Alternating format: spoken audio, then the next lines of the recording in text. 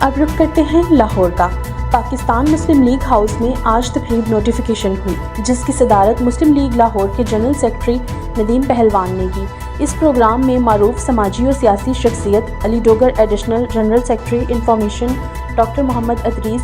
صدیقی، محمد شفیق بٹ نائب صدر لاہور، محمد جمیل شاد، طاہر علی Jafri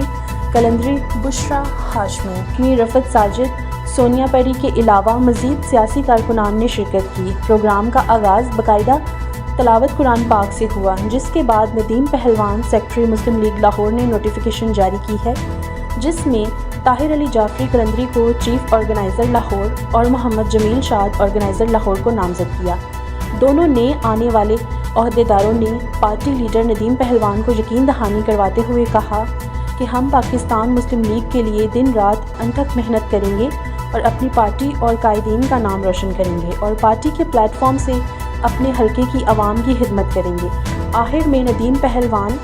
general secretary Lahore مسلم league نے نئے آنے والے تمام نئے عہدیداروں کو خوش آمدید کہتے ہوئے پارٹی کے آئین کے مطابق گفتگو کی، جس پر ندیم پہلوان نے کہا کہ ہماری پارٹی میں کوئی چھوٹا بڑا نہیں ہے، تمام عہدیدار ہم ایک دوسرے کے خادم ہیں، بلکہ ہم پارٹی کے رکن ہیں، ہم ممبر کی حیثیت سے کام کر رہے ہیں اور کرتے رہیں گے۔ پروگرام کے آخر میں تمام کارکنان نے پارٹی کی کامیابی کے لیے دعا کی۔ اس کے بعد ٹی پارٹی کا اہتمام بھی کیا گیا، جس میں سموسے، پکوڑے، بسکٹ، مٹھائی وغیرہ سے مہمانوں کی تواضع کی گئی، جس کو مہمانوں نے خوب انجوائے کیا۔